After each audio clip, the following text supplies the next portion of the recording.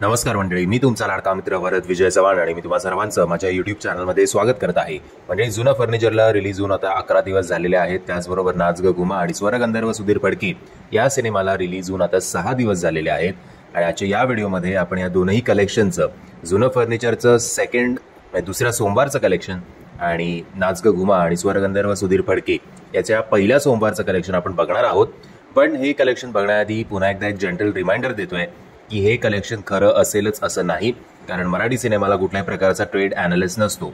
So असं धरून चाला की कदाचित आपण चांगलंच धरूया की याच्यापेक्षा जास्त चांगली कामगिरी, कदाचित 1 कोटीच्या आसपास सुद्धा या सिनेमाने जास्त कमवलेले असतील जेवढं मी तुम्हाला सांगतो त्यापेक्षा. एनिवेज, आता सगळ्यात आधी आपण बघूया जुनं फर्निचरच्या कलेक्शनबद्दल. पहिल्या आठवड्यात जुनं फर्निचरनी कमवले होते 4,05,00,000 रुपये. 8व्या दिवशी म्हणजेच दुसऱ्या शुक्रवारी 32 लाख रुपये. 9व्या दिवशी दुसऱ्या शनिवारी 60 लाख रुपये.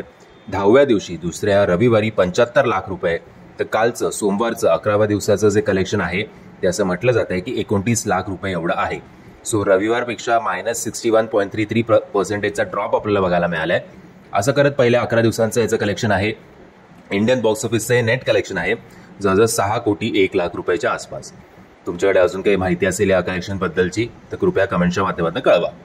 आता येऊया नाच ग घुमा या सिनेमाकडे. नाच ग घुमा हा सिनेमा रिलीज झाला होता 1 मे 2024ला. सुट्टीचा दिवस होता.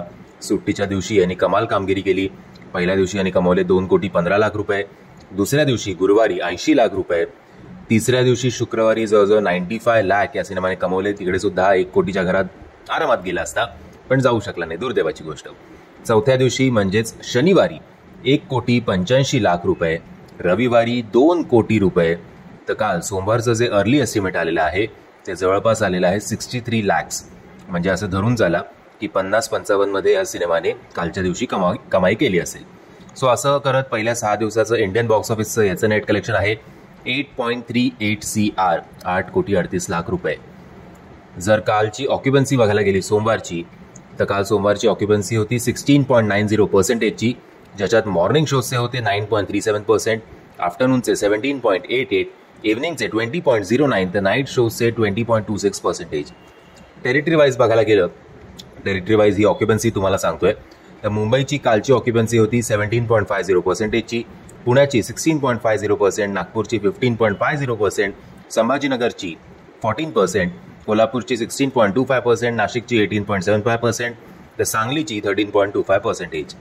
आता येऊया स्वरगंधर्व या सिनेमाकडे. या सिनेमा चांगला झाला होता, पण काही मार्केटमध्ये फारशी हाईप दुर्दैवाने याची नाही आहे. पहिल्या दिवशी या सिनेमाने कमवले होते 27 लाख रुपये. दुसऱ्या दिवशी 17 लाख रुपये. तिसऱ्या दिवशी 12 लाख रुपये. चौथ्या दिवशी 21 लाख रुपये. 5व्या दिवशी 32 लाख. आणि काल सोमवारचं जे कलेक्शन अर्ली एस्टिमेट आलेलं आहे ते फक्त आणि फक्त 5 लाख रुपये एवढं आलेलं आहे. एनिवेज, इंडियाचं याचं ग्रॉस कलेक्शन आहे 1.29 CR, नेट कलेक्शन 1.14 CR. आशा करूया की या सिनेमाने जरा चांगली कामगिरी करायला हवी होती आणि आत्ता जरा मैदान मोकळं आहे IPL संपेपर्यंत. सो हे तीनही सिनेमे हा महिनाभर बॉक्स ऑफिस गाजवतील हीच देवाकडे प्रार्थना. म्हणजे जर तुम्हाला हा व्हिडिओ आवडला असेल तर प्लीज या व्हिडिओला लाईक, शेअर आणि चॅनलला सबस्क्राईब करायला विसरू नका. जय हिंद, जय महाराष्ट्र.